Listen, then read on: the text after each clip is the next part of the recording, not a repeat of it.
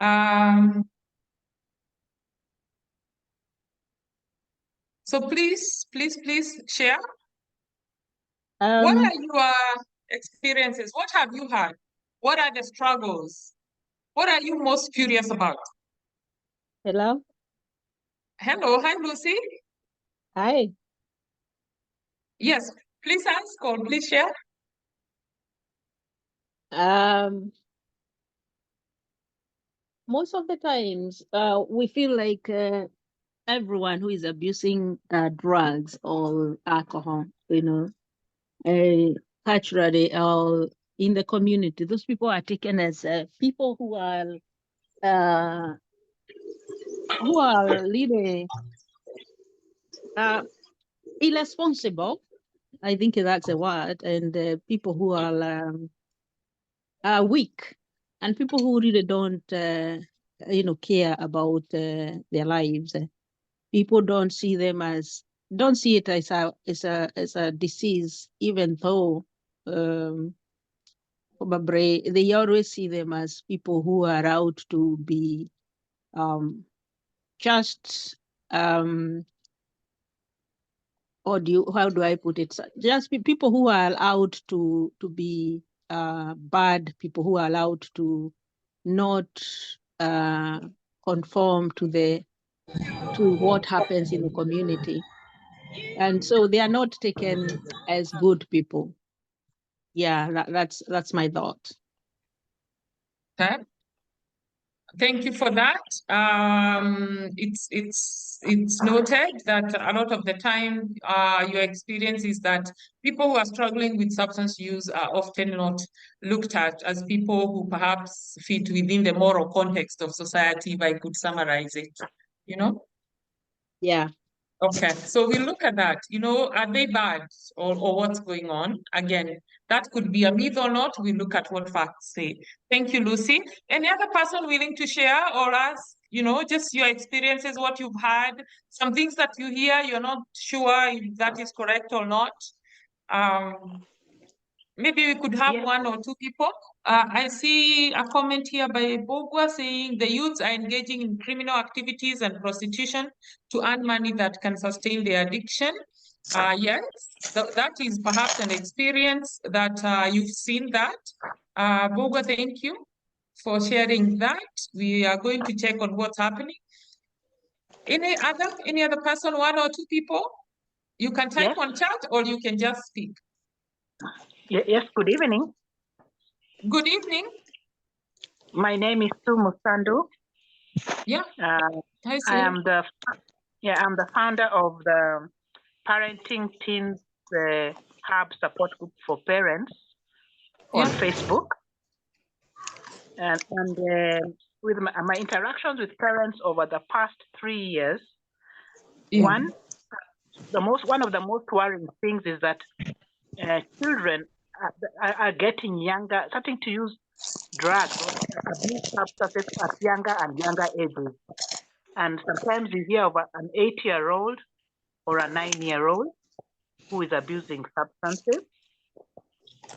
Another concern is when it comes to parents, when a parent has a child who maybe has a drug problem, maybe a school going teen, what many parents do is when the child comes home, they feel that they'll talk to the boy or talk to the girl to stop using drugs.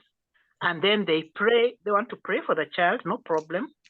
But then they forget that this addiction is an illness that needs to be treated.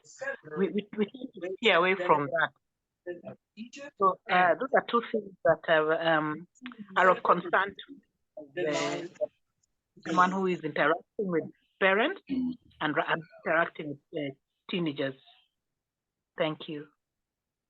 Thank you so much, Sue. Thank you. You are a colleague in the field and your contribution is very valuable. Thank you. So what Sue have shared is that we are seeing much younger children, sometimes even the age of 8, starting to use or engage or experiment with substances. And oftentimes the responses that the parents have is either on praying maybe for the child or sometimes engaging the child around not using. So I hope that I've summarized that correctly. And I say, comment by Jane, that society look at them as rebellious. Yes, when a child is not complying with maybe what a parent looks at, the family values or the personal values of a parent, it is easy to look at them as they're being rebellious. So yes, very, very insightful conversations. So for the interest of time, let us unpack this. Maybe we'll leave time towards the end for questions. Again, that is my objective. Really, I am not coming to say whether substance use is good or bad. I will provide facts and people can make informed choices. That's what we do at CAFLIP. Provide evidence-based information, let people make informed choices based on the information they have now. Okay, so a lot that we've all had, but let us look at the facts. What are the facts? What does evidence say about addiction? This is a slide that is packed, and the reason I packed this information, I hate presenting like this, is because I wanted just to summarize this in one slide that sticks to the brain and to the mind. So all of us humans have a reward center in the brain. And that this reward center is what creates the motivation for us to repeat those things, those essential activities that we do for survival over and over again, such as eating. For example, if you are so hungry and you just had a sumptuous meal, what is happening in your brain when you are enjoying the taste and all those things that are happening in your mouth is your brain registers that as a pleasurable event and it releases dopamine. Dopamine is a chemical that most of us know, and what happens when that is released, the more we continue to consume that food, we continue to release dopamine. And the longer it stays, the longer we are eating, the more dopamine we are getting. If we stop eating, and now the sense of hunger and clearly that tells us we are hungry, it starts, dopamine becomes lower and lower. So the minute dopamine starts to get lower, then we feel like, oh, I need to eat again. So, and this is the same for things even like, even sex, things like substances also, and we will see how. So all of those things that we do for survival, without dopamine, we will not get the motivation to continue doing it. And we do it because it makes us feel good. And so we repeat the activity to get the good feeling. Drinking and using drugs, however, causes a release of the same chemical, that is dopamine. But what they do, the dopamine we get from using drugs or alcohol is more powerful than the one we get, for example, from hugging our child, thing, or sitting with a loved one, watching a nice, thing on TV or something. So drinking and using drugs, the chemical dopamine that they give us is more heightened, it's more powerful, it's much more. And this is what reinforces someone's substance use, even when they rationally know it is harmful to them. So it is important to know that. That is a fact that is not made by Irene, that is a fact. So our brain will respond to substances, especially psychoactive substances, in a more heightened response to dopamine release than with those other things. Though even with all the other things held in constant, we will all experience a pleasurable high when we use psychoactive substances. Not just because we are adolescents, not because we are addicts, not because we use substances for a long time or not. Although then the response to dopamine changes over time the longer we keep using. And we'll unpack that as we go. And I hope that is clear. So what is substance use disorder? Because a lot of people say, and especially in this field, we say someone has a substance use disorder. Out there in the street, people say they're addicted. If you go to other places, you see he's an addict, she's an addict. So what is a substance use disorder? That is what we call it in clinical practice when it is already diagnosed. And there are metrics to diagnose substance use disorder. We use the DSM-5 that guides us to diagnose, and it has certain criteria.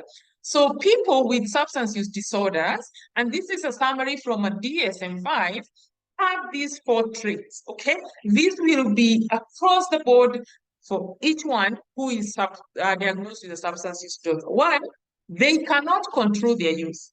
So it's not just I drink on the weekends when I go home to see my friend, you know, when I go home and I meet my childhood buddies. It's not that when I go to my tama, we drink one. So that is what we're saying. So they cannot control. They start drinking, they start using drugs, and they cannot control that use. Number two is they continue to use despite knowing it is harmful. This is a critical point, because a lot of us, what we tell people who are using substances, don't you know you're ruining your life? Don't you know you are, you know, messing up your life? Look at you, you are educated, you're a graduate, you are a mother, you're a father, all of those things. They will use despite knowing that what they're doing is harming their life, okay?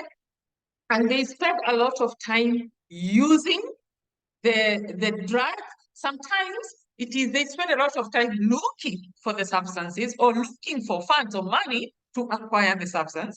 They spend a lot of time using it, and we also spend a lot of time recovering from the use. So all of that. So a lot of time is spent around substances. Okay. So many of us are saying, you know, you don't care. You know, you have a family, you don't care. You are missing classes, you don't care. You have paid so much money in college. Their time, the priority of their time is around the substance. Number four is that they have very powerful urges, or what we call cravings, to use. So when we are diagnosing or assessing someone who presents with a substance use issue, the DSM-5 gives us that criteria where we take. So there are certain questions that tell us this one has an out of control use. This one continue to use despite this and this and this harm that is happening in their life. Or they are spending a lot of time, they are missing important activities like work, school because of it, or they are spending a lot of money, including neglecting paying rent, taking care of their health because of it. And the other one is they report they have ongoing cravings, very severe, that they will do anything to respond to that craving. So when we tick those questions in these four criteria, then we can diagnose someone with a substance use disorder. So what also research tells us, they have nothing to do with character or willpower or morals.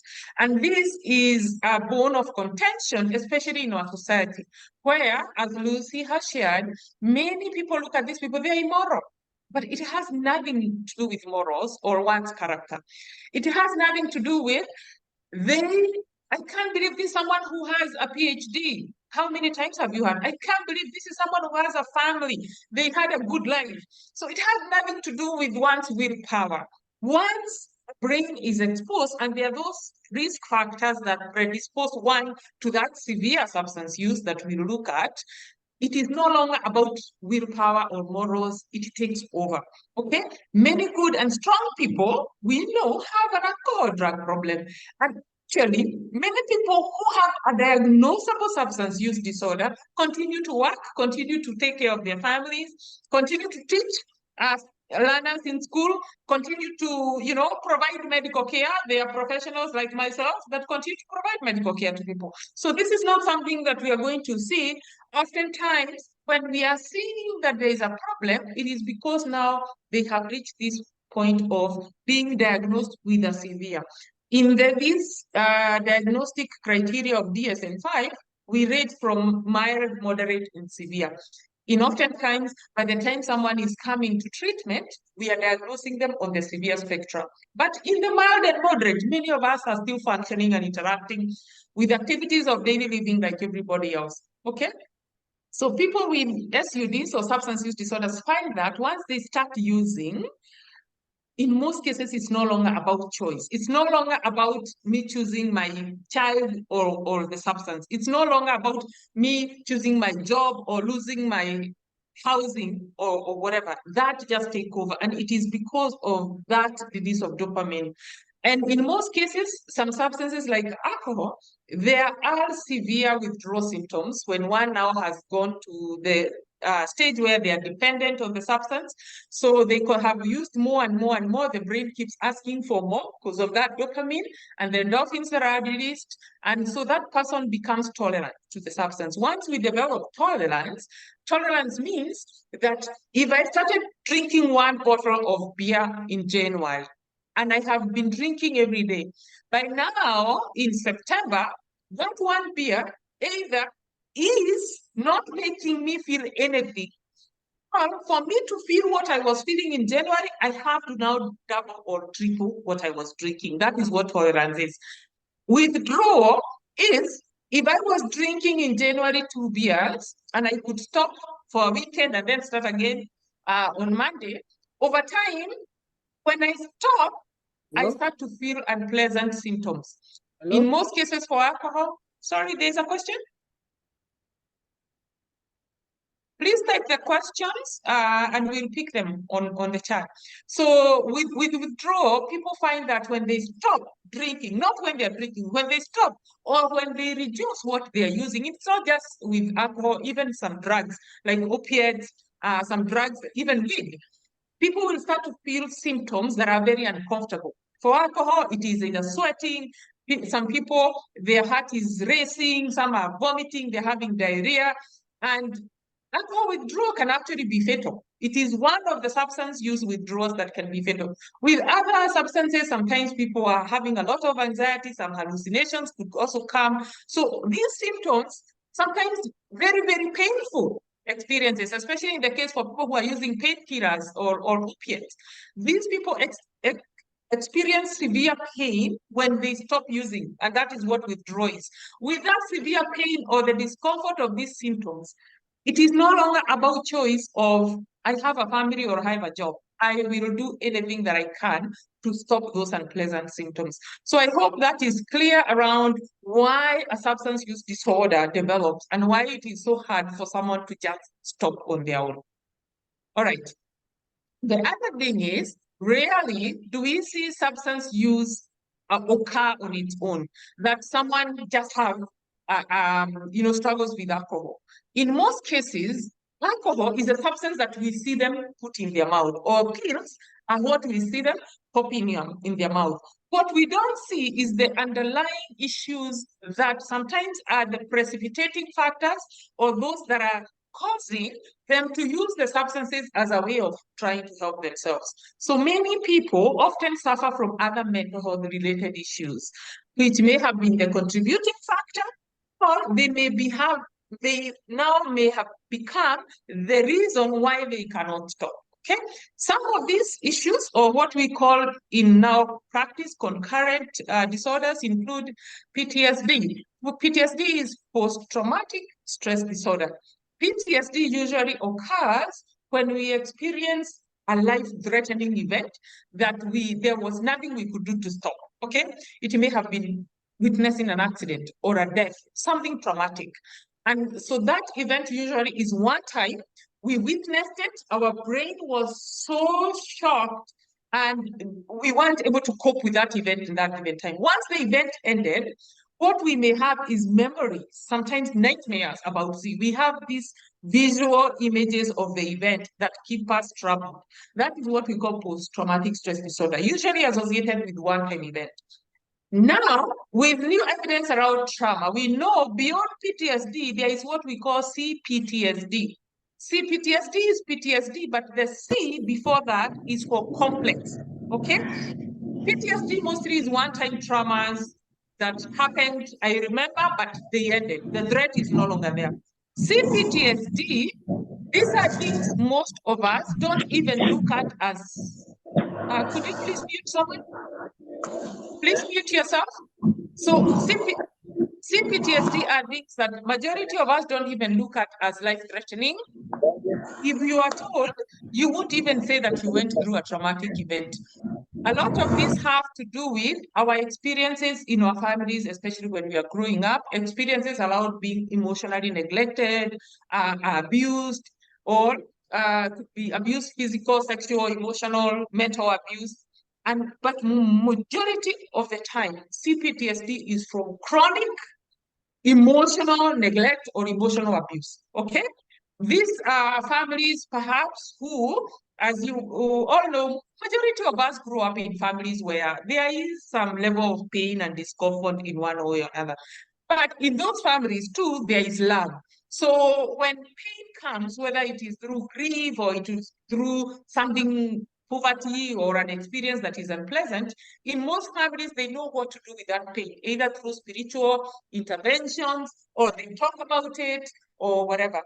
People who have CPTSD often grow up from dysfunctional families. And dysfunctional families are not that on the street. They are not those families that are always fighting, sometimes there is fighting. But dysfunctional families are families that don't know what to do with everyday pain, okay? For any child, what we expect our families to do is to be able to offer us emotional protection, emotional nurturance, and guidance. And that guidance is not about how to eat or to dress or to talk. It is guidance around when we have these painful emotions, what do I do with them? So any family, any parent who does not know how to support a child through that actually exposes the child to what we call now complex trauma, because it is threatening to the child. They don't know what to do with it, and there is nothing they can do to remove themselves from that environment. I hope that is clear. The other one is anxiety. Most people know what anxiety is. Is that just being on the edge? You are never either able to have any peace on the inside. People feel panicky. Some people have palpitations. Some people can't even go out in social places or in public places. So anxiety contributes a lot to. Please mute to substance use. And the other thing is depression. So these things often occur or happen concurrently. They predate substance use. When one is struggling with these things, we'll see as a way to try and help themselves, they'll start using a substance to self-medicate. Complex trauma increases one's risk of developing a substance use disorder by 97%. These stats are just mind-blowing, because you can imagine complex trauma, what we have described, it's not, many people can't even describe, I was not beaten, I was not raped. We don't say that, but we don't see how emotional neglect, lacking emotional nurturance, protection, and guidance can be so traumatizing to a child and actually and make sure or predispose them to things like substance use. And this is from Tim Fletcher, who's done a lot of work on complex trauma. So unless complex trauma is treated, it will become a precipitating factor for substance use up to 90%, 97%. So how does trauma then influence substance use? So what happens when someone is experiencing unpleasant experiences, especially in the family of origin, perhaps when one is young, you're interacting with caregivers who do not have the capacity to provide that emotional nurturance, guidance, and protection. What happens then, the child, and most of us who were children at one time, we develop mechanisms to deal with it, because the fear, the threat that is happening keeps us on the edge all the time. I don't know what to expect. And the people that I look up to help me, they also don't know. And why don't they know? Majority of the people who parent us also come from complex trauma. So they were not shown. How can they show us? Number two, they could be struggling, maybe growing up with a parent with a substance use condition, with a chronic medical condition, or maybe there is intimate partner violence. There is a lot of issues going on in the family. So no one is paying attention to the emotional or mental well-being of the child.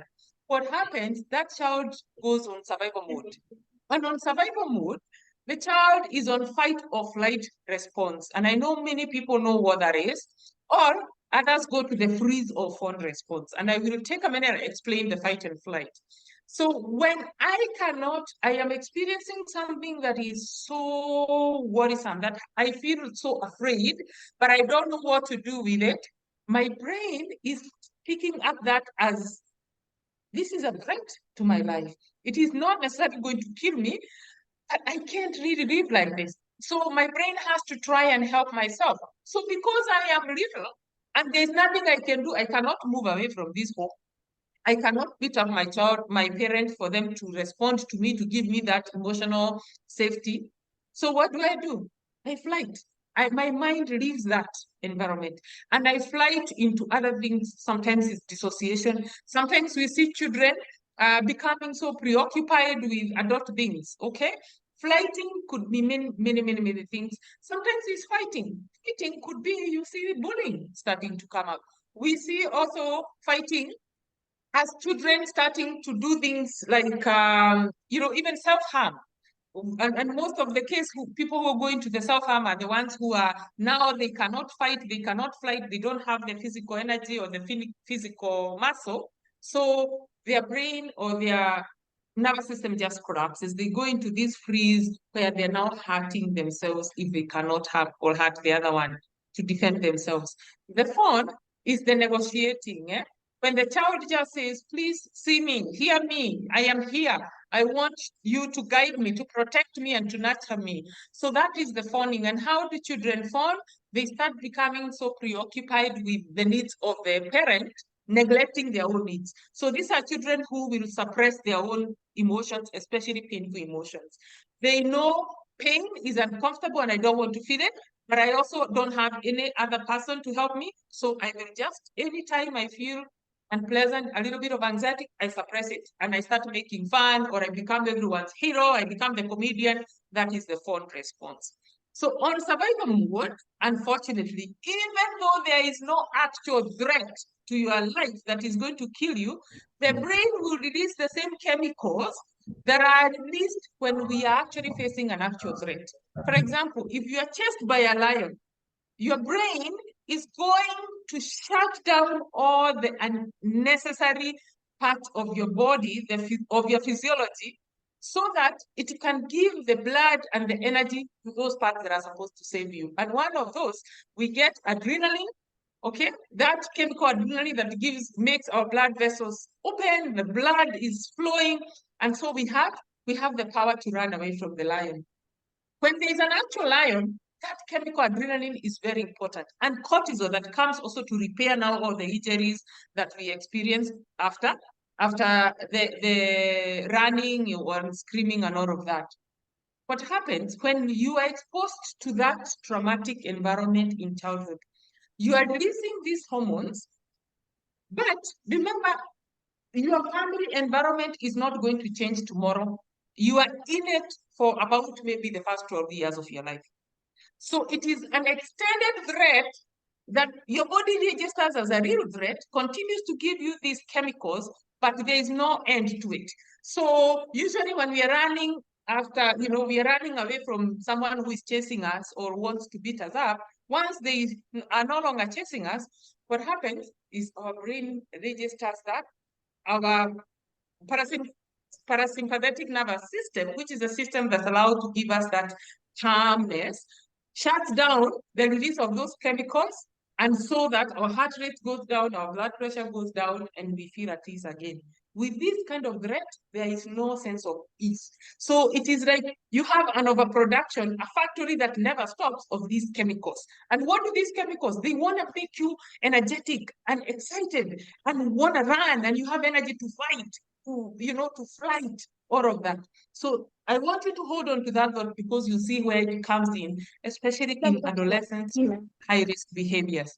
So the actual threat that has a beginning and an end, for complex trauma, it does not have that. So brain does not get the signals from that system I talked about, the PNS, to stop releasing these chemicals. So what happens when she does not? So for a child, this is what they're saying: I can't take it, except they are not literally saying that. Like the parent, you are not seeing that. They're saying stop on the inside. And that's why they are fighting or they are flighting. What this impacts, the release of those constant chemicals makes the child feel like there's something wrong with me. Okay? Something is just not right. I am not like the other children. So it affects how they see themselves. A lot of the time they feel a lot of shame, because when I look at my friends, and we look at a few stages of psychosocial development to see what is happening around that stage. When I look at my friends, they don't worry about the same things I worry about. For them, they just worry about failing an exam. Me, I am worried about being late from school because I'm going to be screamed at, yelled at. I'm worried about losing something or being laughed at, because when I go home and I say I was laughed at, perhaps my parents will laugh too or beat me up. So all of those things. So shame and low self-esteem accompanies a child who has complex trauma. The other one is it affects how they cope with stress and problems. So when we have all of these chemicals that are making us like a scared lion all the time, and we are faced with a problem, remember, as children, the part of our brain that, has logic, that is able to tell us, look, this is not a lion, this is your mother. That part of our brain that regulates our emotions is not there. It is not fully developed yet, our prefrontal cortex. What we are doing is our limbic brain, which we are born with, where our emotions, particularly fear and all those other emotions come from, we are born with that. So it's registering the unpleasantness, but this part of our front part of our brain that tells us, as much as I'm feeling afraid, I know this is my mom and she loves me. And so the child doesn't know that. So the threat they're feeling, the emotion becomes their reality. And that is what we say. So when they're dealing with any added stress, and they have these chemicals like a scared lion, what they'll do, they'll either react to that stress or they'll avoid it. They'll push it away. Anything that is stressful, they don't want to do. Whether it is schoolwork, whether it is a chore, they don't know what to do with stress. Okay, so they either react to it with a very unpleasant manner, avoid it, or they will suppress it. So if they're being bullied, for example, and they don't know, first of all, even how to defend themselves, why? Because if at home I'm not seen, heard, or understood, obviously I don't matter because my parents are my second God. So if I don't matter to them, why would I matter to the teacher? Why would I matter to my friends? So they look at themselves as there's something wrong with me. And so I deserve the unpleasantness of life. So when other kids are defending themselves and saying, teacher, nani alifanya hivi, this child is just there. Anything painful, they just suppress it because I don't want to make my environment worse than it already is. So this is very important, especially in substance use, because these kids don't know how to cope with stress. But stress is what's around us in our life on a daily basis. And it also affects how they form relationships. This one is the most impactful because remember, they already have such a negative self-concept or they view themselves as the bad one. So even in relationships, they show up in two ways. One, and it's very codependent. One is they show up to negotiate to be loved, okay? So they will do everything to please the other person. They will do everything to not be abandoned emotionally because they know the pain of being abandoned. Or on the contrary, they may become the one who is so demanding of attention, who is so abusive of other people because they feel so much pain and they just want to pass that pain to make the other person, or it is, I will never allow any other person to make me feel A, B, C, D the way I felt. So in relationships, they could be the one who is abused or they could be the one who is abusing. And that becomes very, very problematic. Now, for parents, especially who are joining, there is in psychology a theory called Erickson's theory of psychosocial development. And this that I'm going to discuss in these next two slides, I just want to highlight what that theory talks about child development on the psychosocial part. Psycho is obviously psychology, and then the social is the environment in which the child is growing up and what's happening. So what you see here, Erickson has these 8 stages of psychosocial development that start from the time we are born up to 65 and above, up to how long one lives after that. The first stage is that birth to 1 year stage, and what you see there, this is a stage where a child learns to develop trust between them and the caregiver, whoever is caring for them. That is where the virtue of basic trust or mistrust forms. I will go quickly on this because I want to highlight only the youth and adolescent years. The second one is age 1 to 3. In this stage, the child is starting to learn bladder control, they're starting to not pee on themselves. Sometimes they use the potty or they can say, I want a pee-pee, all of that. That is where they learn autonomy or shame based on how well the caregiver is handling that stage. The third is the 3 to 6 years where here they start to test limits of self-assertion and purposefulness. This is where they will start to say, no, Okay, this is where you'll tell them one thing and they want the opposite. So they start to test limits, they start to do things that they can do independently. And this is the stage where parents especially are like screaming, stop, stop, always. They seem like they're putting themselves into danger's way because they're trying to test limits. It's that stage of whether they gain that virtue of initiative or they feel guilty about trying things, based again on how well we support them. The stage that I want to pay attention to is these three other stages, the 6 to 12 years. And this is the stage where a child now is starting to develop a sense of mastery and competence, okay? In this stage, what is happening is a child is starting to differentiate themselves from their family. They are going through a stage we call individuation and separation, and they're looking at themselves, I am my own person. So I start to compare myself with my peers, you know, me and Irene, what does Jane like? How does Jane talk? You know, that's the stage. So what happens after that, we go now to the 12 and 19 years, the most fun stage for most parents, but one that I find very fascinating. In this stage, this is where they're starting to develop their identity now. You know, I have compared myself with my siblings at home. I have left the home. I've gone to school. I'm comparing myself with my peers. Maybe I am smarter than them. Maybe I feel more courageous than them. Maybe confident. Maybe more beautiful. All of those things. When they come here, now I want to assert that identity now as mine, as Irene.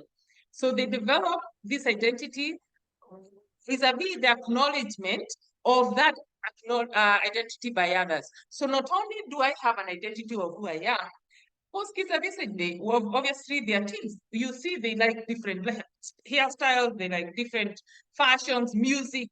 They all, if you ask them, I like this. And oftentimes what they like, they cannot tell you why they like it, but you better not try to criticize what they like, okay, at this stage, because it's that identity development stage. But it is also matters that who I am is accepted by others, okay? It must be acknowledged by others, particularly my peers.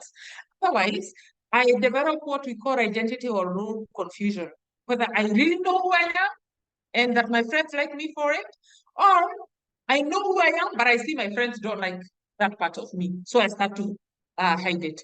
And the next one is the 19 to 25, and I will only describe up to this. This is where now we are starting to learn. Now my identity has been affirmed by me, by my peers, sometimes by my family, and I am willing to share that with another person more closely than just friends.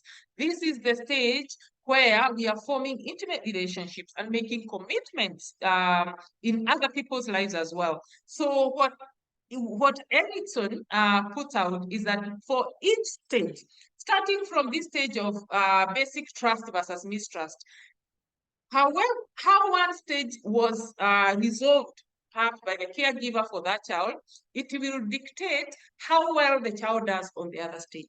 So if, let's say, the first stage was not handled so well, there was a little bit of chaotic environment, then the child carries over deficits over to the next stage and to the next one. By the time they're coming here, where their identity is so important and their sense of how they are perceived on the outside is so important, if they had gaps, we are going to see some challenges. So this is the three stages now that I want to unpack. So what is particularly happening with kids between the age of 6 to 25? And I am sorry if you are here and you are 25 and I'm calling you a kid, but actually in clinical practice, your brain is still developing up until around age 24. And we look at that as kids and youth in that category. So I don't want to diminish or be disrespectful to anyone at all. So the first one, the 6 to 12 years, this is the industry versus inferiority stage. What is happening, children at this stage begin to compare themselves to their peers to see where they measure up. If they measure up, they gain that sense of pride. If not, they begin to feel and act inadequate and inferior to their peers. And I want you to now connect that with what we just talked about, what trauma does to a child. So for a child, every child will go through these stages. So, but imagine if a child is going through a traumatic experience, emotional neglect, lack of emotional nurturance, guidance, and protection at home, and now they are in this stage. So when they compare themselves to others, and they already have a sense of shame and low self-esteem. How do I measure up? So you can see how that challenges of inferiority start to come in. The next one is that 12 to 19 years. Here, it's during teenage years where the search for the sense of self begins through experimentation with different ideas, beliefs, social groups, and goals. If there is any stage that is maddening, it is this stage, okay? Because a lot of them, they don't know. They just know that my brain cannot stop. It is thinking a million things all at once. And my parents just want me to concentrate at school because I am going to sit for KCSE or I'm just sitting for KCP or whatever.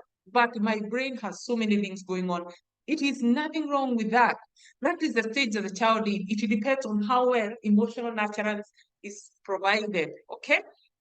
The freedom to explore, which is normal for every child, leads to an established sense of self. If that freedom to explore is minimized, is diminished by one way or another, then we see it leads to role confusion or a weak sense of self and the possibility of being easily influenced by others. This is where majority of parents say it is peer pressure. And I cannot say how many times I have parents say, Irene, there is nothing wrong with my child, it is peer pressure. And I say, do you know peer pressure cannot influence your child to do bad things? Every child, whether you are a pastor or whoever you are, as long as they're in this stage, it is happening in their brain, they want to try all different things. And a lot of the time, what they want to try is not what you as mom and dad is doing. They don't want to go to Yachama. They don't want to go hiking. Then they want to try that new song that their friend is singing. They want to try that new outfit. They want to try that new hairstyle. So their interest, their motivation is coming from their peers. It's not because peers are necessarily bad or they are doing bad things. But what happens, because this is the first time the child is doing something that we absolutely have no control of and that we don't like. All of a sudden, I have raised my daughter to know their body is important and to cover up because I have been responsible to buy their clothes and make sure their clothes are clean and ironed. All of a sudden, they want to go to church with me wearing ragged jeans that are showing their thighs and knees, and they don't want to comb their hair. And I cannot stand it. Okay? So, is the child wrong? The child is experiencing that. That's actually stage that is normal. So it is important that we understand those differences before we say kids are just being rebellious. Maybe their brain is rebellious as it should, okay? The other stage, and this is now a bit, they start now to come back, they are more calm, is the 19 to 25. Eh? This one is where they're starting to form those intimate relationships. The success of this stage also depends on the success of the most previous one, that identity or role confusion. So what happens, if a developed sense of self from the previous stage was able to be nurtured, it leads to a need for connection with others, okay? They feel confident, they feel accepted, they feel supported, and so they feel a willingness and a confidence to be able to assert their needs and their boundaries to another person who they're not related to and who they have no guarantee how will receive them. If they do not have that confidence, that becomes a problem, okay? The role confusion leads to inability to sustain healthy relationships. And you can see if they had experiences of trauma from the family background, they are coming into relationships, one, looking for someone for the best time who will validate me, who will make me feel important and valued and loved, because I don't know what that is. So a lot of the time they are coming into the relationships to be nurtured, to be cared for, and that puts them at risk for abuse. Well, they're coming into the relationships with this. I will never allow any other person to treat me like that, to ignore me like that, okay? And so they're looking for someone who is going to show them a sign that I won't be ignored.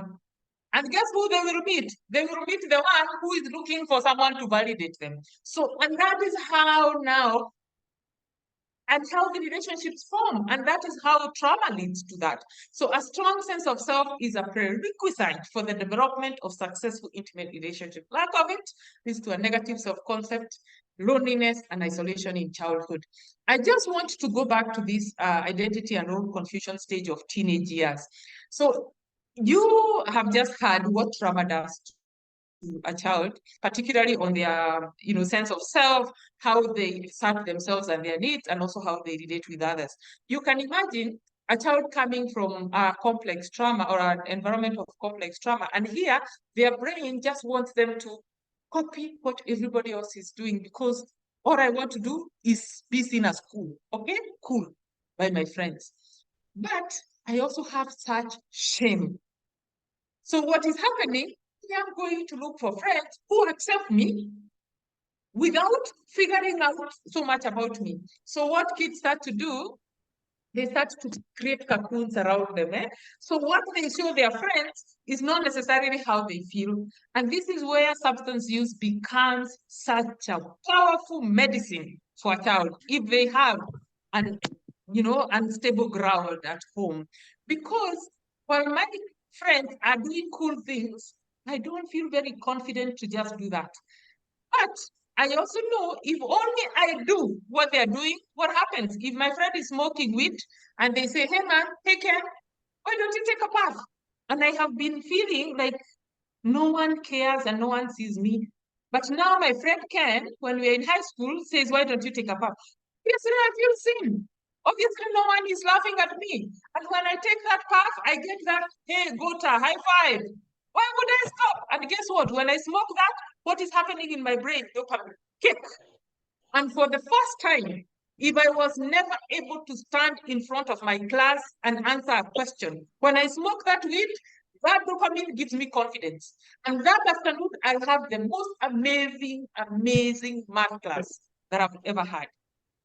Do you think, as a parent, no matter how you're trying at home, that child will resist that weed? So the issue of adolescence and use of substances, to a greater extent, depends on how safe the child's mind is. Because if they were able to develop that sense of identity from the family, they already do not have the need to do things to be liked, to be accepted. While their brain just want to belong, they have their own confidence, they have their own voice to say, hey, I don't like that. What you did was not right. Something that is not appropriate. If I come from shame, I am not going to do that. I am not going to do that. So this becomes such a gateway. And we say, a lot of people say, marijuana and all these other things that kids are smoking, they are the gateway to the other bigger substances. The biggest gateway is actually a child who is coming from an emotionally unsafe situation. If they are coming from safety, if they're coming from a place of connection at home, they already have developed that. And Erickson has given us a prerequisite for that healthy development of safe emotional sense of self. So once that is nurtured, the child is going to say, in my family or my parents will never allow that. So I cannot do that. Okay? And I hope that is clear. So for majority of people, and especially when we were asking, what kind of conversations are people having around substance use, so many questions were asked. How do I support my son? He's struggling with substance use. My daughter got expelled from school, or they were told to go to therapy because they were caught with weed and all of that. My tips to parents, my tips to anyone who is dealing with children, my tips to anyone who is dealing with someone with a substance use disorder. Remember, they don't have to be an adolescent. That same process, it may have started in adolescence, but now I may be in my 50s. And I struggle the same way. Why? Because shame, unless it heals, we continue to mask it. We wear masks over shame. And these are pride-based projections of ourselves. A lot of the time we hide that with many things. And substance use is that thing, that the water that is poured in our roots to make us survive. So remember, a lot of the time, 97% of people with substance use, they are already on survival mode. They are coming from an environment of emotional chaos. So what you don't want to do is make it worse for them. Remember, the adrenaline was used to pumping all the time. They don't know how to calm down. Tim Fletcher calls this, most people have this what we call addiction to chaos. It's almost because they had so much chaos going on in their mind from childhood, their brain adapted to a certain vibration. That if let's say we have a vibration between 50 and 100, and that is the normal range, for most people who have trauma, their vibration is always at around 90. Okay?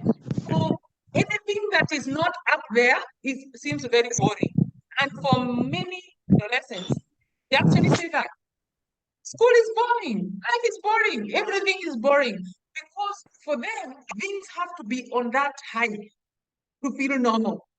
So we don't want to put them there if we are trying to help them. And how do we put them there? One of the time, if us as parents have unresolved traumas, and we know there is intergenerational traumas that are passed from one generation to another. If we have unresolved traumas, guess what? We don't know how to offer emotional nurturance to our children. We have never experienced it. We don't know how to offer protection or guide them through painful emotions.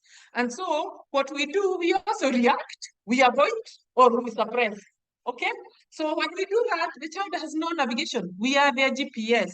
So we need to work on our own and resolve issues so that we can support them fast. Okay? Number two, for adolescents, and I hope for parents who have adolescents, if you are told your child, or you find weed in your child's bag, or maybe in their pocket, or you are told by the teacher, you as a parent, please don't panic. Panic makes things worse, and I'll tell you why. Sometimes, remember, their brain is there, all of them. They are all informed too. They're in the same age, their brain is doing things the same. The only difference is the environment at home. Okay? So, in some cases, kids are just going to be kids. There's going to be someone who comes with a roll of a few joints, and both boys and girls are going to say, I want some. Not because they're going to smoke it, just because I want to be cool, and accepting it makes me cool. And here you are, your husband or whoever, you find out this little joint, and you are going ballistic to this child. You know, sometimes they're just testing limits. Sometimes they even do that to see what are you going to do. You know, I'll show you weed and then see how you're going to do. So it's so important to know that how you respond matters, okay? That is an opportunity for you to start a conversation, okay, with the child. If you know that your child already has emotional safety, because we know, then have a conversation. Irene, what is this and what is it doing in your bag? Okay, how did it get here? Have a conversation. Be patient to be told. Many of us parents, what do? We are the biggest national firefighters. The minute there is a little bit of a problem, again, because we have unresolved traumas, we either react, we avoid, or we suppress it. Majority of us, in those cases, we explode. And when we explode, we are exploding to a brain that its vibration is already at 90. Guess what? You are going to now get it to 150. The aftermath is for you to clean, unfortunately. So don't panic. Have a conversation. If you really see there's a problem or your child is not able to open up, I will say, look for someone that the child trusts. You may not be the one that they trust. Look for someone. Sometimes in the family, sometimes it's another, a parent of their friend. Sometimes it could be a teacher. Identify who is it that makes my child safe. That is the person to have that conversation. And if there's no one in the family, please take the child to a professional who is also trauma informed, because there are also many professionals who will start to lecture the child on the dangers of drug use. And I say, as much as we talk to children about dangers of drug use, they know more than we do. Like me now, I am a professional and I've spent the past 19 years in the field of substance use, in research, in academia, and all of that. The challenge is, me, I have never smoked weed. That little 14-year-old I'm going to talk to in a high school somewhere, perhaps I've had weed 3 or 4 times. And I'm here with my research saying weed does this. And they're looking at me, I'm like, nah, yeah, you're right. And I say, both of them, we are shooting ourselves on the foot. The conversation that we need to have with them is this kind of conversation, that it is normal to feel like you want to try everything. The challenge is, if you want to try what your friends are doing, and you may not be very emotionally stable or safe, the chances are it is going to take over. So while Ken may have tried and they were able to finish university and now they're working, and you think you'll try, you may not be sure. Okay, those are the kind of conversations. Otherwise, fear never works. And I find a lot of conversations about youth and drug use are surrounded around fear. You know, creating fear. I don't know, you will get into, you know, you'll become an addict. You will not finish school, you'll go to jail, you'll be pregnant, all of those things. Kids, they look at us as adults. And I know this because I have had them, not just in Kenya and elsewhere. Teenagers tell you just don't know what they're talking about because that's not true. And they tell you it's not true. But we don't have the patience to listen to their perspective of why that is not true. It does not mean it is true what they're saying, but what we need to get is their perspective. So as a parent, please listen, be patient, learn how to regulate yourself so that you can sit in the discomfort of hearing your child share with you their perspective on things, because that is the only opportunity you have to correct it. Okay? Number two, and fear does not work. Fear does not work. Number three is offer support with empathy. This is across the board, whether it is your spouse, it is your colleague, whoever is struggling with substance use. Remember those 4 traits? They already know it is bad for them. They already know they cannot stop. They already know they have tried and they have failed. So this yada yada about it, you're going to lose your job, lose your family, you're going to die. They already know that. That is not empathy. Empathy is, I recognize this is a challenge for you, one that is harmful for your life. But at the same time, I want to put literally myself into your shoes, okay?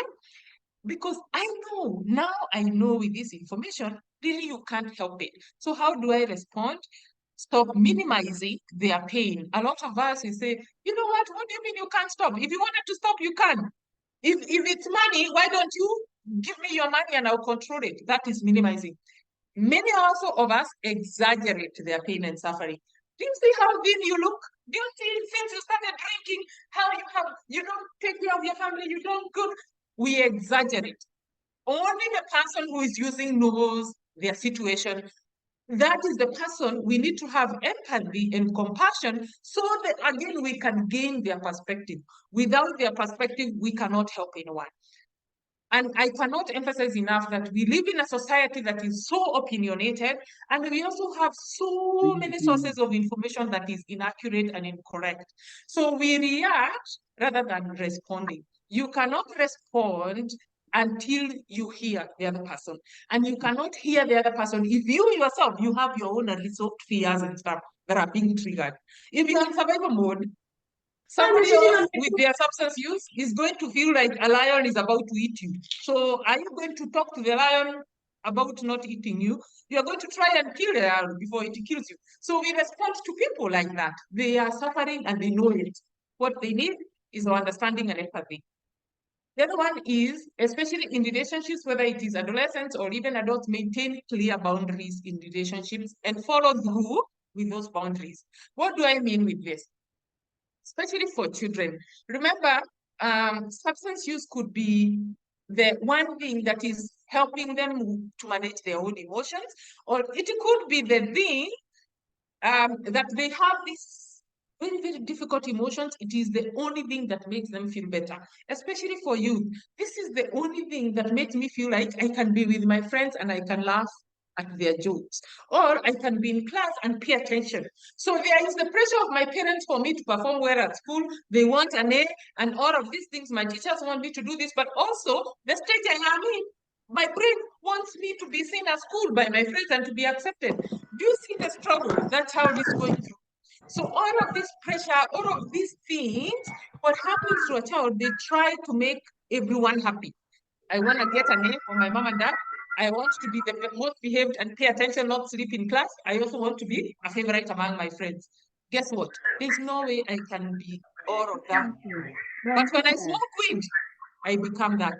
So what they start to do now, they start to push boundaries at home. With, even adults, they start to push boundaries even in families. Boundaries around perhaps finances, because want to support my secret habit of substance use. So I start to be manipulative and nice around things. So it is important for parents when we set boundaries about what time, for example, you expect your child to be home or to get up and go to school or to turn off the TV or to complete homework. The boundary that you set, one, it should be realistic for the child, the level and stage they are in. But majority of us, again, when we have unresolved issues, we ourselves don't know how to set boundaries on our lives. So we set boundaries that we keep infringing and allowing others to infringe. The same way we project that. Kids do not hear what we say. Kids mirror what they see. They repeat what they see us doing as adults. So if I have a boundary around maybe watching TV or using phones, and all the time, even when they need my little attention, I'm on my phone, that they don't register that. So they will push those boundaries. So be clear, set them, and follow through with them even for yourself. Okay. Number 4 is get people professional help. A lot of the time, you as a family member, if you came from the same bloodline, you may not know that this person is struggling with a certain trauma. A professional will be able to pick that up. Especially for kids, I tell parents, the juggle between, parents are always negotiating, I'll take my children for prayer fast.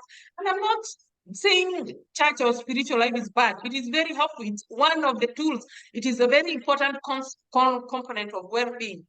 But especially when trauma is concerned, many of the times we miss it because we are so, again, concerned and our attention is on other things and we miss these stages.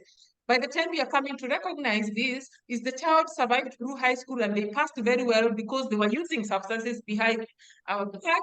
And now they're in university, they have the freedom and it goes full blown. So it's very important to get them professional help as early as you can. Or you yourself, get your own help.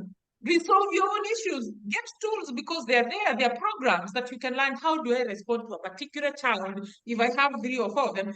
Each child differently. We need to learn those tools as well. And when they go to treatment, again, this especially is for all people who go to what many people call rehabs. I call it treatment. I don't like the word rehab because we are not rehabilitating people. We are treating people. A lot of these people are not well.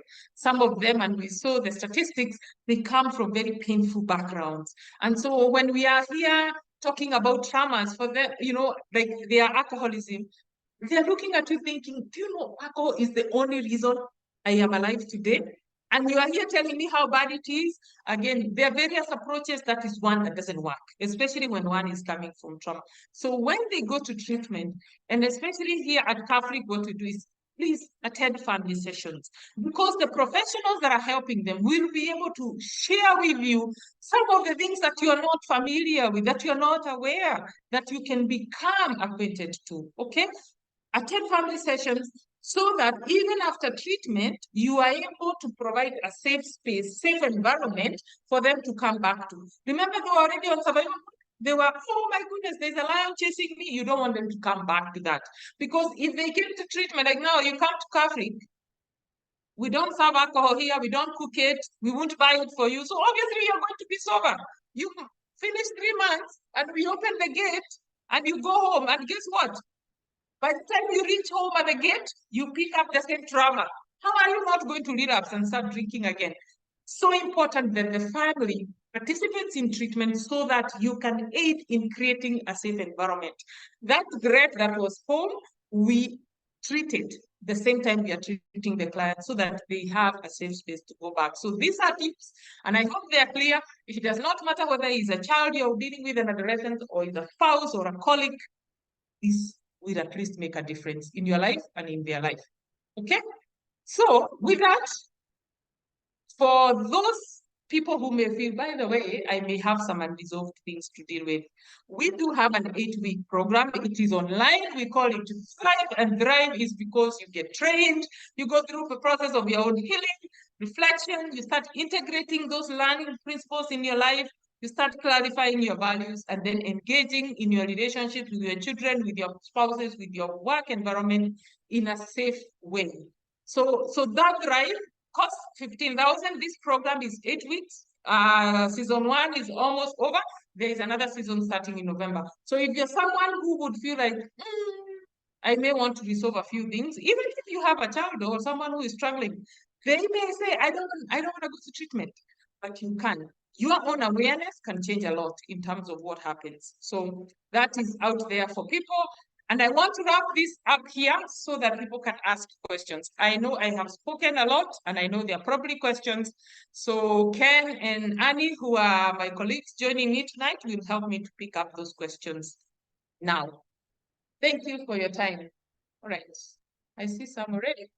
Okay, Irene, thank you very much. That was very, very insightful. We are so grateful. I hope we have all learned something, one or two, especially where that we still have to be part of what we still have to go through, as we are not dumping our people in a rehabilitation center.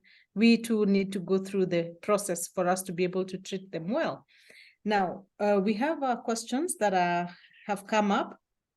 Irene, I had a question in my head. I'm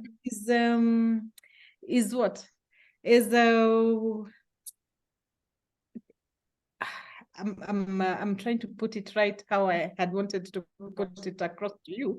Is addiction genetic? Someone here is also saying, I had of a 2-month-old baby who was addicted to alcohol. The mom was going to some work at night, and I was giving the baby alcohol to sleep without knowing the child got addicted. It is a viral video, actually. Is addiction genetic or not?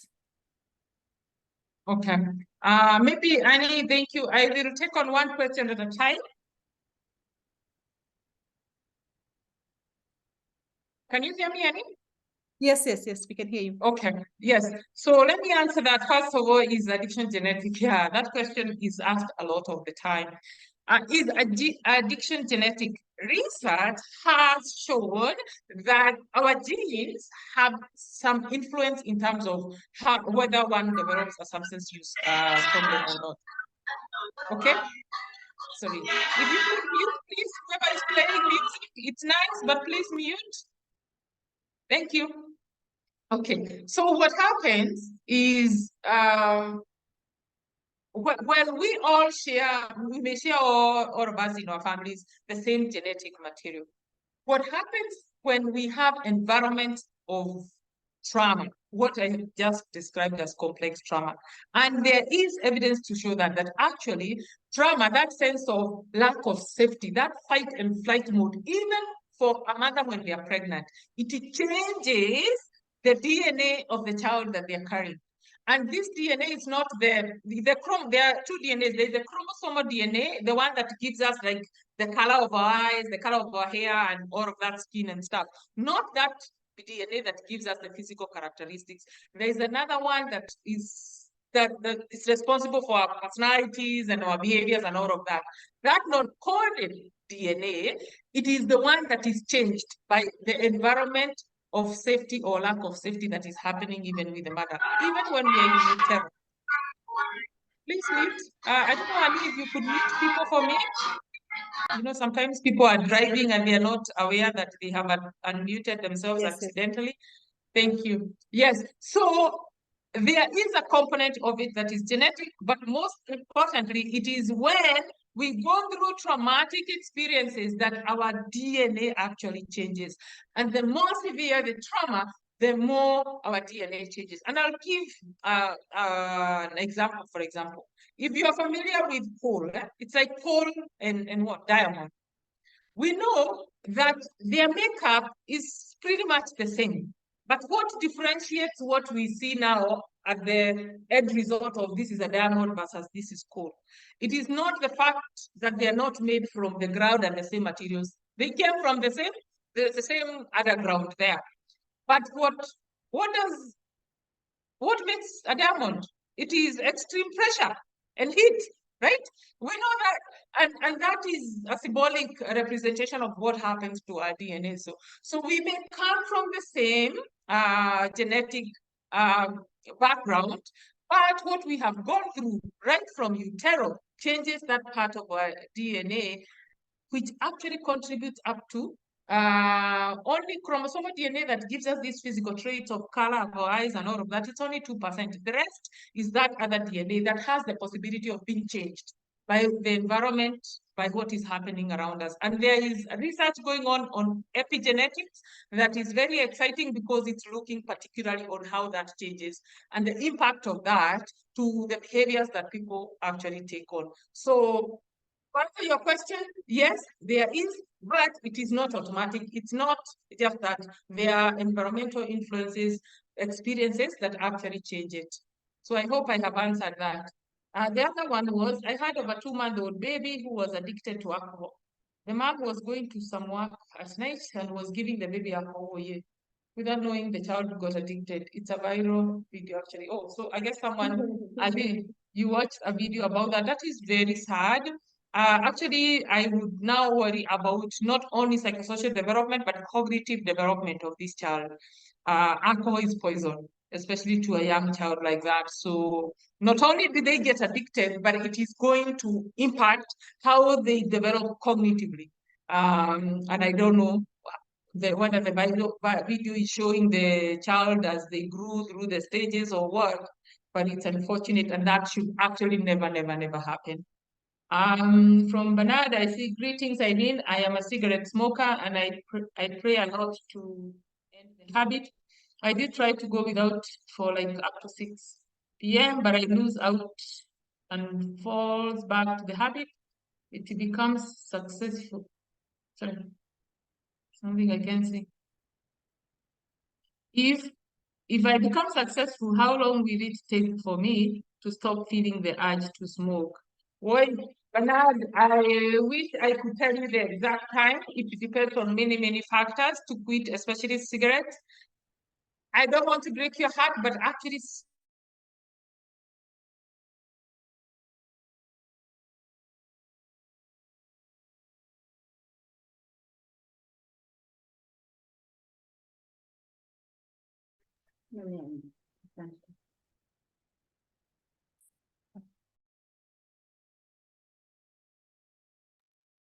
Okay, sorry. Irene has dropped off. She'll be joining us again shortly. Just a minute. She's coming back on. You could Hi, please Irene. share your questions. Yes, Irene, you're welcome back. We could still continue sharing your questions on the chat. Irene is back. Thank you, Irene. Karibu sana. Continue. I don't know. My thing just went off. Sorry. All right. It's okay. Maybe someone muted me. I don't know. Smoking. I am so sorry. So I was reading Bernard's question. Yes. I am a cigarette smoker, and I feel, yes, cigarette smoking is the hardest drug. It's the hardest substance to quit, unfortunately. But you can quit successfully.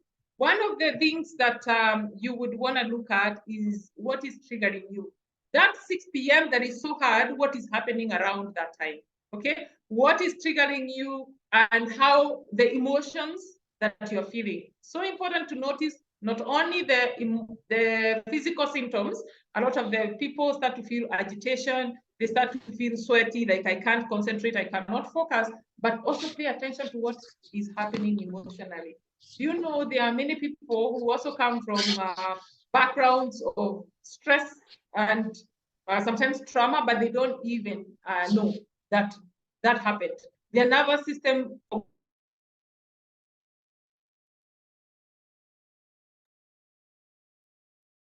Yes, I was muted accidentally. So for many people, they don't even know that they are sick. Is it Annie? I'm being muted as I speak. So I hope I have answered you. I cannot say for sure how long that it's going to take you, but remember there is also some either nicotine replacement tools that can help you. There is a gum, there is a patch. If going beyond 6 p.m. is a problem, you may consider using that, the Nicorette gum or a patch to help you through that. And the other thing is there's also medication. Sometimes maybe it could be low mood that is causing you to feel like I really need to smoke so that I am feeling better. So what the physical symptoms and the emotional symptoms And if you need a bit of more help, feel free also to reach out to us. We could look at more tools for you. So Isaac, yesterday I saw a 17-year-old addicted to marijuana and cut. He's a Form 3 student and has been hooked for 7 years. He confessed to the teacher and needs rehabilitation. Sorry, just go down. I'm using a different computer now.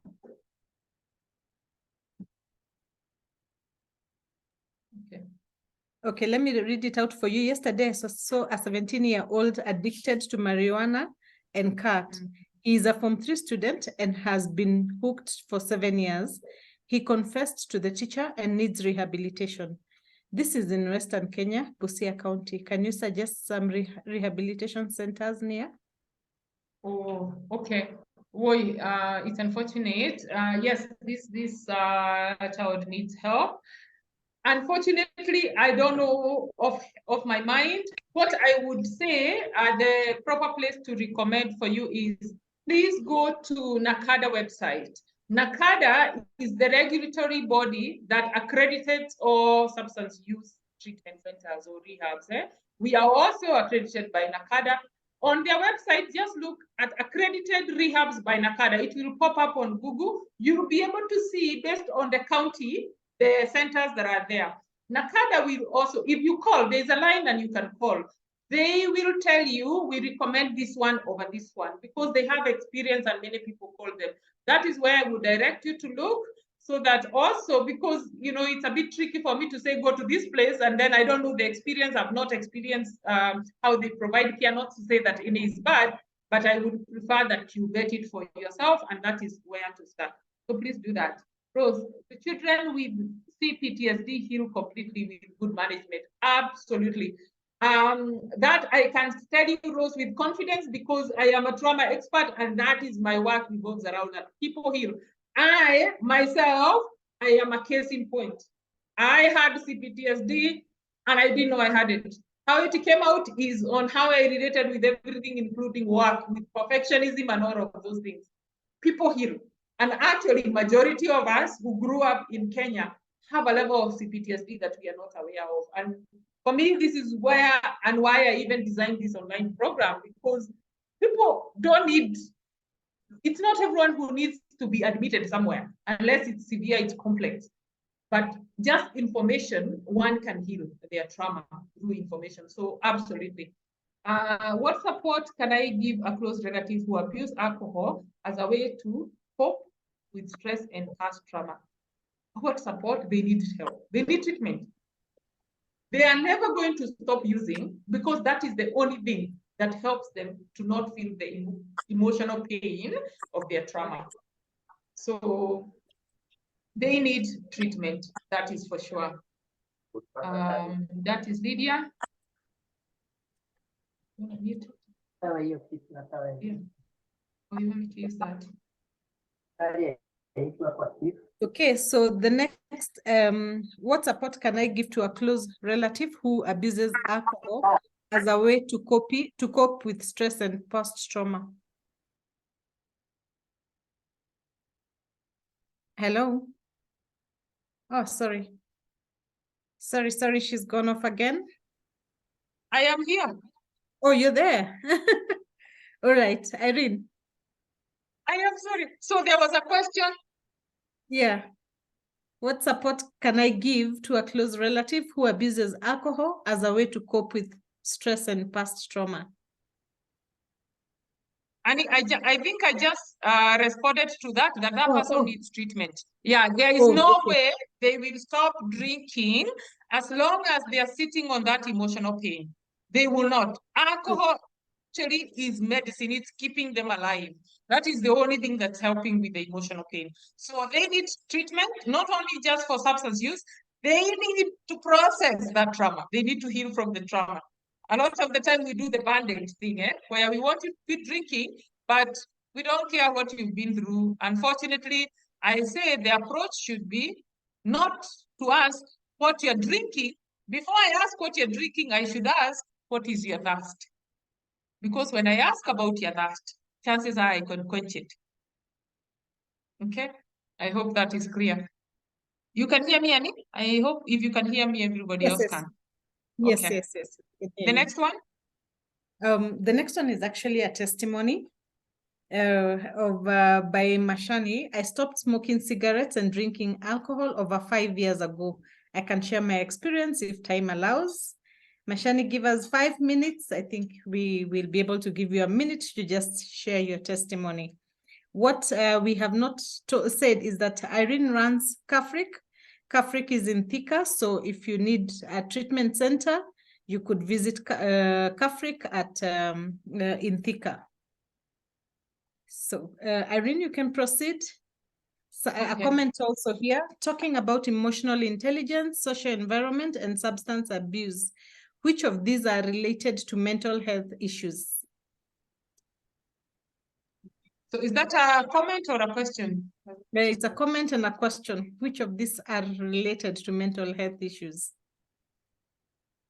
Could you repeat it again, Annie? I wish I could see the chart.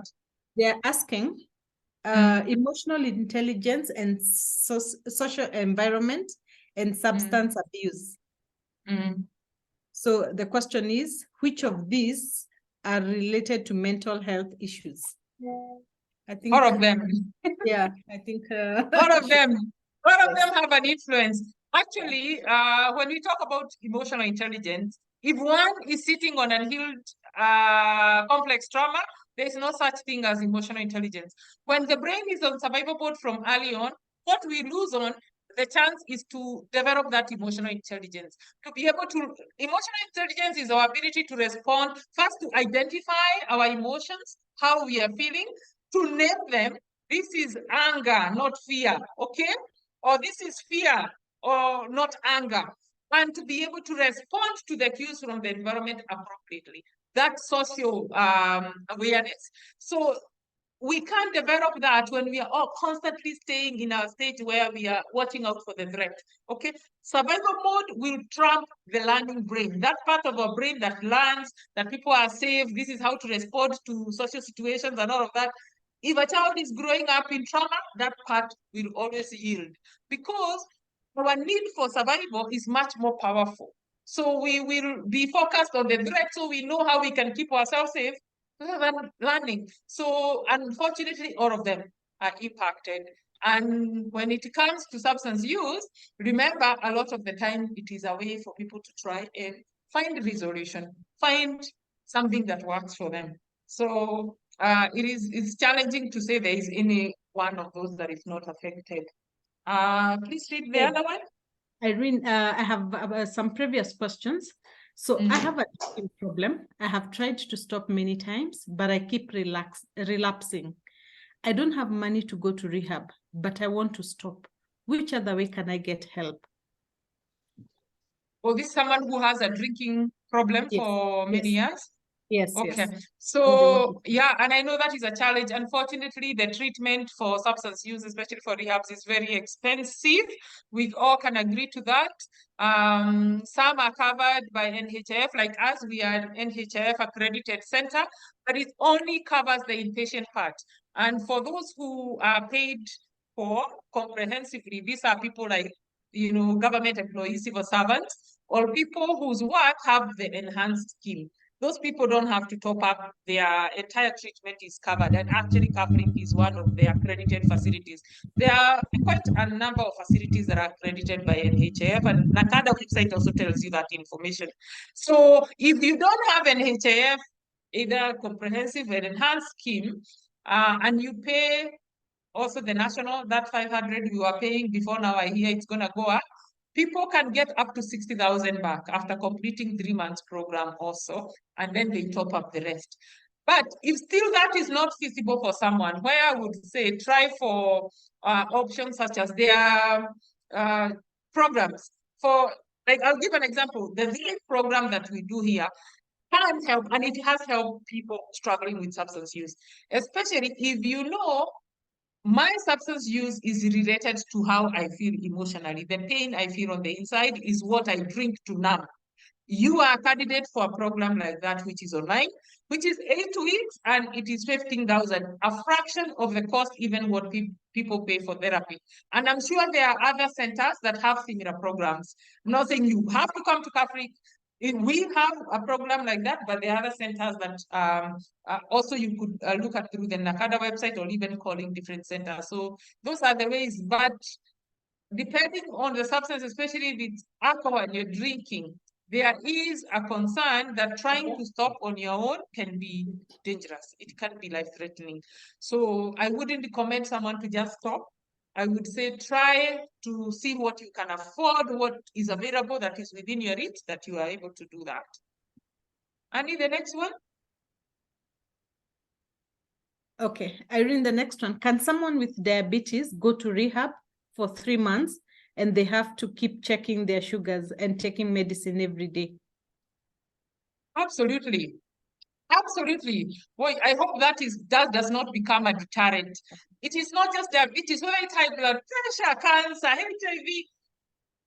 I will speak for Catholic again because I will not sit here and speak for NACADA, for example, and say, yeah, people can go to rehab like that. But I know for us, we are a one-stop shop. We don't just treat the substance. When people come, we have many people who are diabetic, who have high blood pressure, who come with various medical conditions.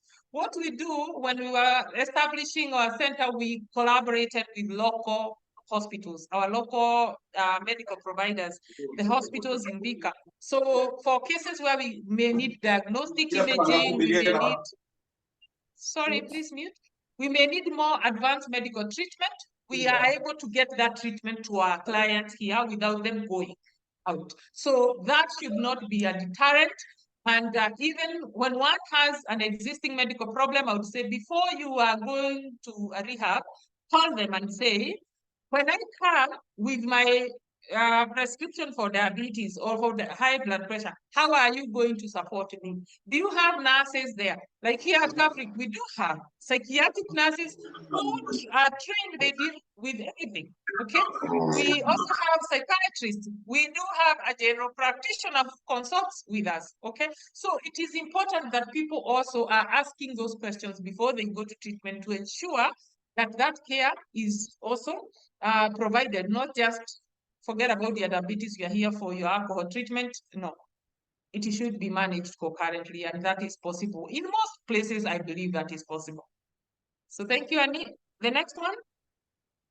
Okay, our questions are over now, but we are running short of time. But we will have a lot more webinars. You can go to our site, to the Catholic site, and you shall be seeing when we have more of the webinars. And yeah, I just want to read out a few comments that have been made, and we are really, really grateful for each and every one of you. Very good presentation, and we can confirm all of us are victims. Keep on, Irene. Many thanks, Colin. Yeah, someone had wanted to give us an experience. Yes, I will. I will give him 2 minutes. Many thanks, Molim. I will try, but the problem is I feel agitated and itchy if I miss out. Please share. Okay, so he's asked for a WhatsApp number. You'll get it on the, it will be sent to you and it has been shared. So can we get a contact? Yes, they have been done. If you want to privately contact Catholic, you can do that.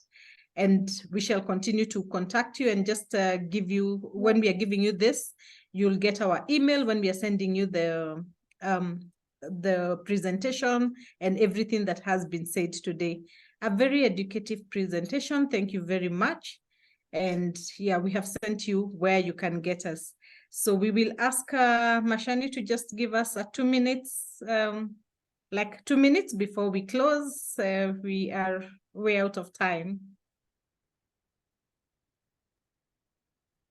Thank you very much for the opportunity. I hope you can hear me. Yes, we can. Yes.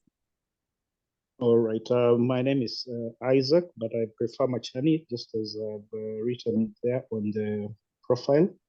So about 5 years ago, I went through a difficult experience, and then prior to that difficult experience, it actually, like, my marriage was kind of failing. So I sank into depression and I was drinking a lot. So I am a healthcare worker. I'm a nurse by profession. But then one thing I can say for that person who's willing to, as long as there's a will, they say, where there's a will, there's a way. You have, first of all, to want to come out of that. So that is the starting point. So it is very easy to be helped, because if you don't see the need for getting help, then you will definitely slip back.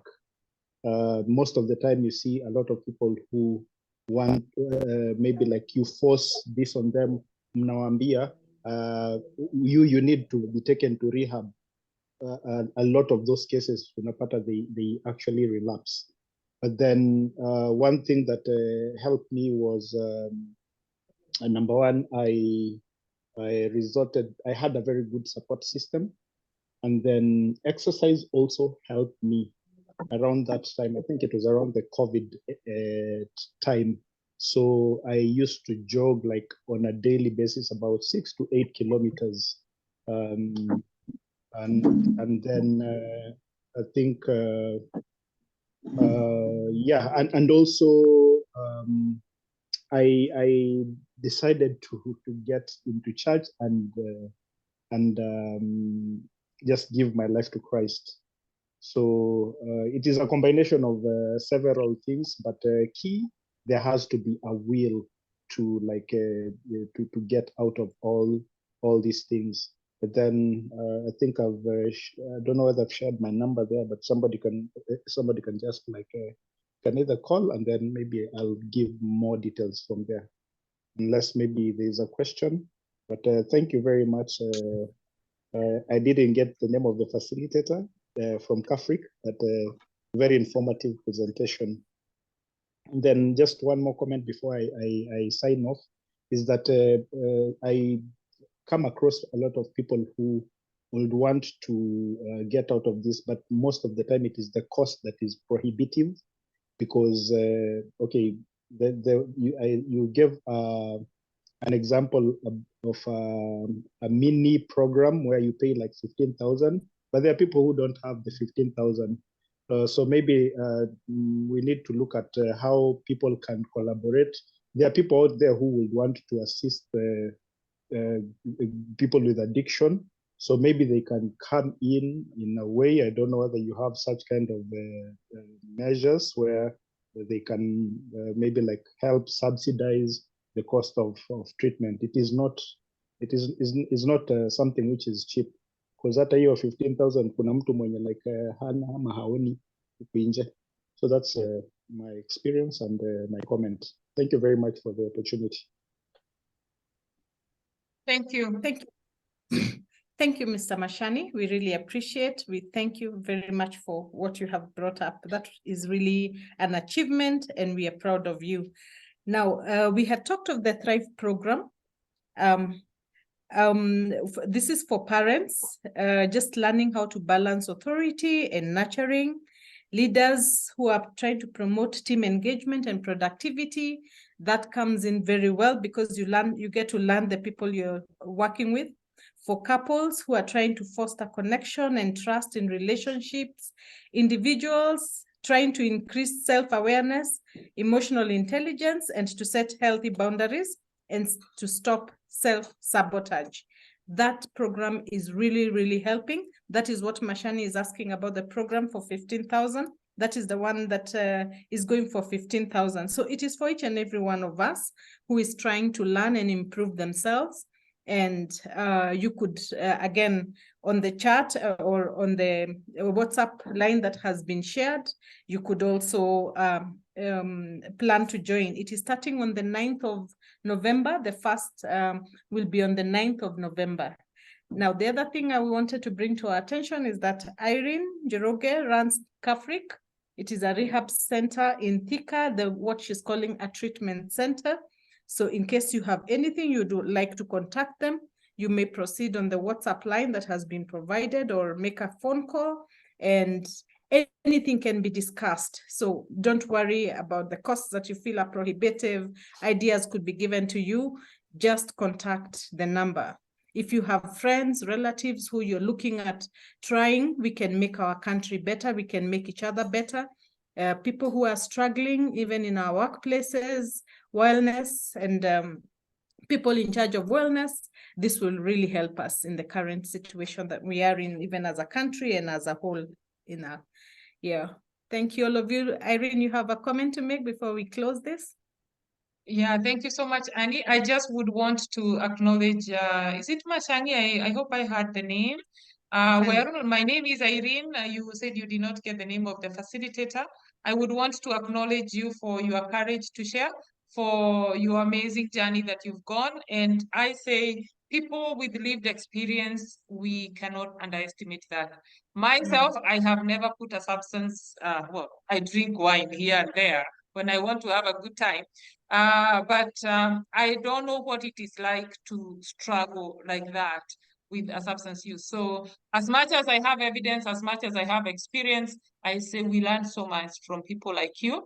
And I hope people who are listening, if you are on chat, people, if one is struggling, you would be such a good resource, because all of us need mentors in one way or another. And that I cannot underestimate. So thank you for sharing, and thank you for joining. And I hope that you can also connect with us, because you also become a resource for us. And I cannot thank you enough for coming and sharing. So thank you, everyone. Thank you, Annie. It has been a pleasure. We hope to see you. I love doing these sessions. For me, I would do that for free anytime. But I also like when I do it and I get a bread for my family. So whoever you know who is struggling, the services have been laid out by Annie that we provide. Please also feel free to refer us. And with that, may everyone have a good night, unless there is any final comment or question for me. Thank you, Annie. Wonderful moderator tonight. Thank you. That was excellent. Yeah. All right. Oh, Mashani, I think yes, I'm sure our team, they are picking up your email and you will get this. This is recorded, so people will be able to get it. Yeah.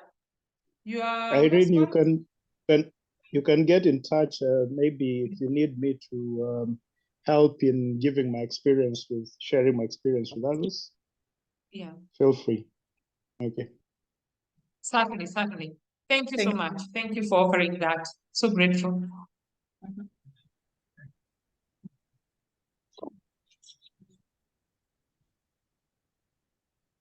Mm-hmm.